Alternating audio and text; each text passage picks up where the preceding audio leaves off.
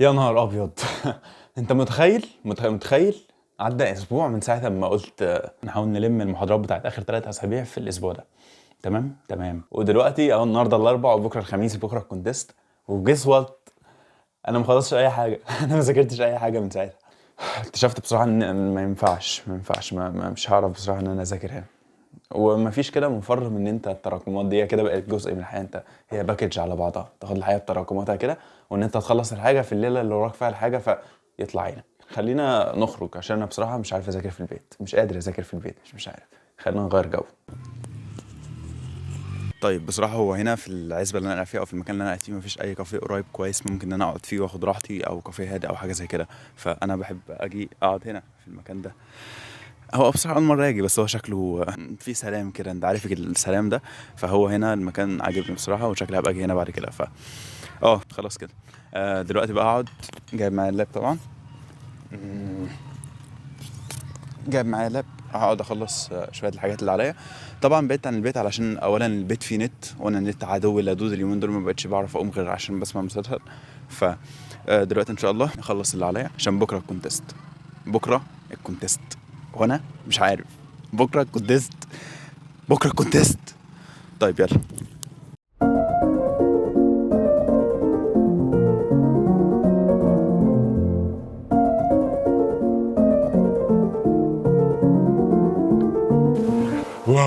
طيب النهارده اليوم التاني بعد امبارح. انا امبارح الحمد لله قعدت خلصت كل اللي كان عليا. كالعادة في آخر يوم قبل الحاجة اللي المفروض تخلص. المكان كان كويس بصراحة وعجبني جدا، اللي هو أنا هكرر الحركة دي بعد كده. وعلى رأي أبو زيد، هو اللي قال لو أنت مش قادر تخلص التاسك اللي عليك أو الحاجة اللي أنت عايز تخلصها في المكان اللي أنت فيه، حاول تغير مكانك. ودي فعلا حاجة كويسة جدا. فالمهم إن أنا الحمد لله خلصت اللي عليا، ودلوقتي كمان تقريبا 10 دقايق هروح الكونتست. هحاول ان شاء الله اصور كل حاجه هناك. فايه انا مش متوقع اصلا ان انا هجيب مركز يعني، بس عشان داخل معايا الكوتش اصلا، اللي هي الكوتشات اللي هم اللي بيدربونا اصلا، هم داخلين في الكونتست بقى. انا مش عايز مركز، انا بس احنا داخلين كده عشان ناخد تجربه كويسه وكده. يلا على الله.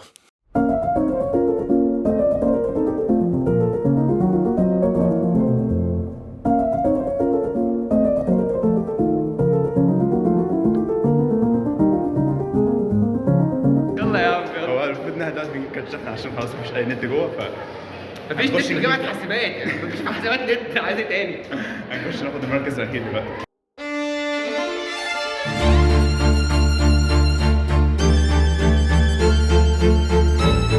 بصراحة الأسئلة طلعت أصعب بكتير مما توقعنا احنا كلنا أصلا. هما طلعوا 14 سؤال لغاية دلوقتي، يعني لغاية دلوقتي عدى دلوقتي كام؟ عدى دلوقتي تقريبا 3 ساعات من الكونتست، هي 5. حلينا 3 أسئلة. وده كويس بالنسبة لكل اللي داخلين يعني، فهم في الرينج ده. دلوقتي أنا طلعت أصلا عشان كنت أجيب كشري. ف يا رب نطلع مركز أخير بس ما نطلعش بالسالب.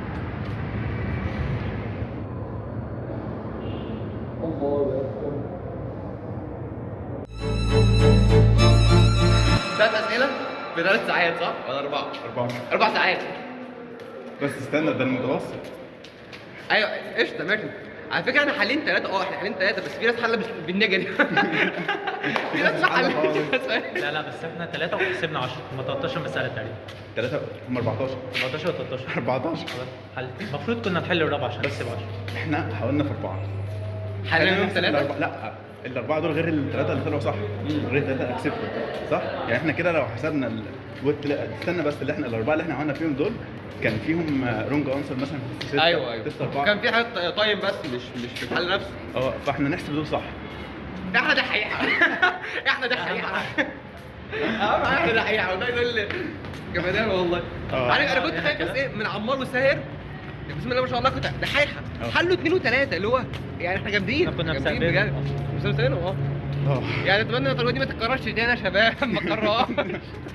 مفيش كونتست. انا غلطان ان انا قعدت امبارح علشان اشوف بتاع السترينج والاري دي.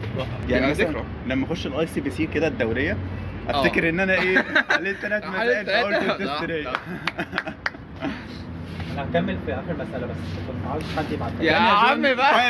يا عم لا، لا، بقى. مش محتاج. هنقوم نروح. لا مش أحسن. يعني انا داخل متوقع ان احنا مركز اخير، فلا حلو. لا بس حلو مش أخير. مش اخير. اه احنا تقريبا 36. بس للاسف ما خدناش اخر 10. للاسف. ايه ده حلو ده. لا ما مش احنا كنا عاملين نفسنا اخر 10 ما خدناهمش. لا احنا عايزين المركز الاخير، وكون ان احنا ما طلعناش المركز الاخير فاحنا كده هنجز. خسرنا. ايوه احنا عايزين المركز الاخير.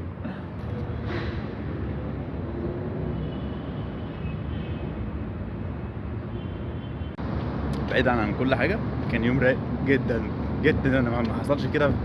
احنا كلنا وحلينا وطلعنا ترتيب حلو وعملنا حاجات كتير قوي النهارده قوي. فلا الحمد لله يعني. ايا كانت النتيجه يعني ان احنا 3 من 13 ولا 14 مساله، بس اول كونتست يعني. فالتجربه كانت حلوه. نبقى نشوف المراكز دي في مره ثانيه.